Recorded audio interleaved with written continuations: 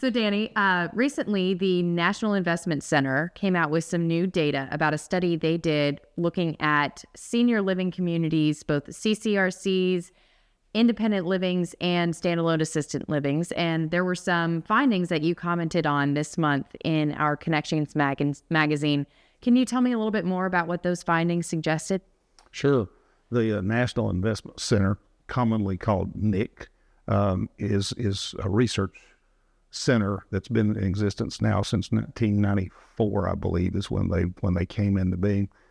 Who does research for our sector and has all those years. And what they discovered was that folks who move into a continuing care retirement community, very specifically the kind of community that provides a continuum of care, starting with independent living, moving through assisted living, skilled nursing, dementia care, whatever care you need, but that campus setting creates a better safety and health margin for the folks who choose that than for folks who stay at home until they need assisted living, or even just stay at home until they die, and people who only move to assisted living or only move even to just an independent setting. So folks who move to that setting that is the first setting you would move into in a CCRC still don't do as well on health and safety as the folks who move into a continuing care retirement community. And, you mentioned do as well. Did it mention anything specifically about whether it's their social lives, their health, Yes. define better? Yeah. It talked about your need for a rehabilitative stay in a short-term rehab. Folks who move into CCRCs use rehabilitation stays less often than their counterparts. They use nursing less often than their counterparts. They need home care less often than their counterparts.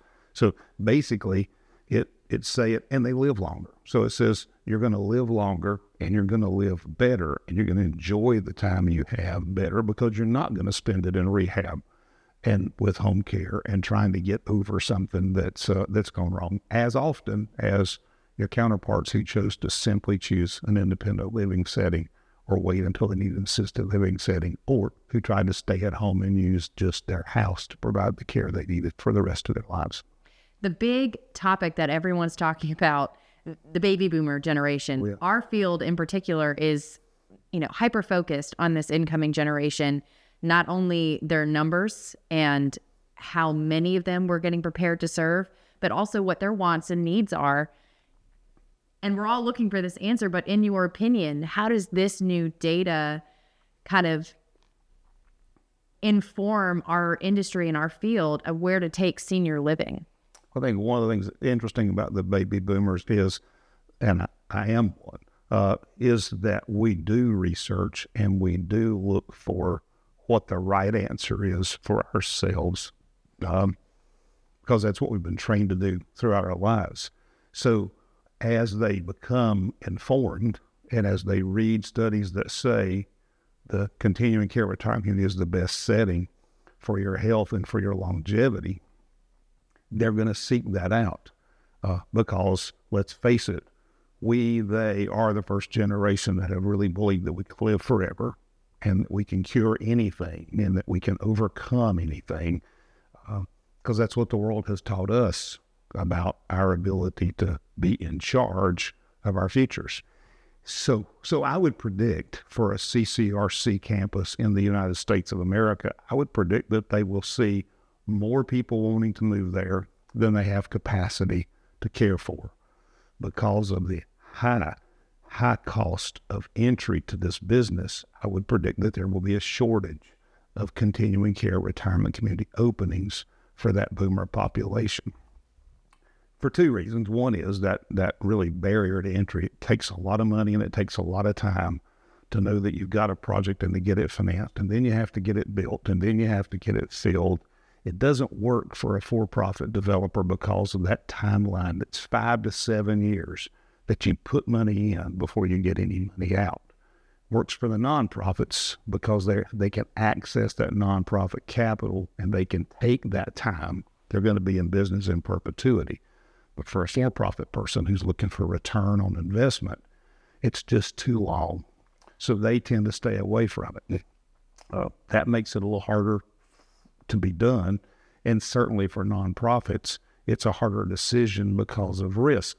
And the risk comes at that there is a trough behind the baby boomers. So if I use exempt bond financing that has a 40-year debt window,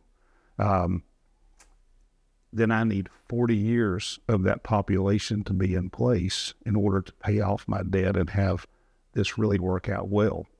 And that's going to be the issue with that boomer population, is that 40-year window is not quite there. And every year that passes, that window gets a little shorter for that boom of people that are going to need that care.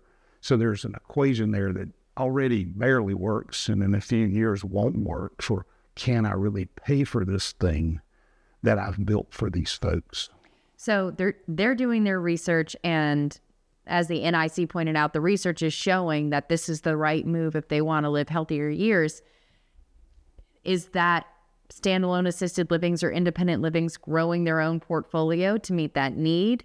Is, like you said, the not-for-profit, that's time, money, investment that maybe this generation may not even have by the time it comes to fruition, or we build enough to meet that need. Do you see not-for-profit standalone assisted livings, if there are? I know that that's probably less of a market than the not-for-profit CCRCs. Right. Do they build on that portfolio? What if you were advising or not-for-profit CCRCs on how to meet this need based on this data that boomers are going to see and look for and make decisions on? Is that a solution? I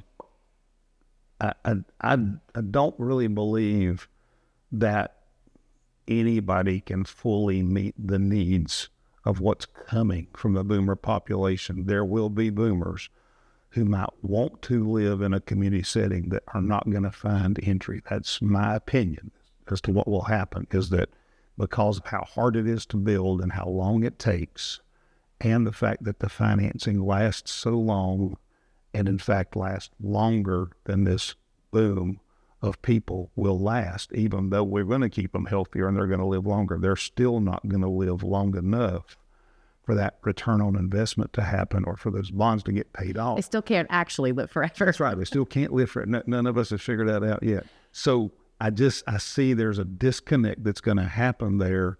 So I do believe there will be some folks who plan ahead who will walk right into the retirement community the day they want to. We have that happening here with people we have 55-year-olds on our waiting list.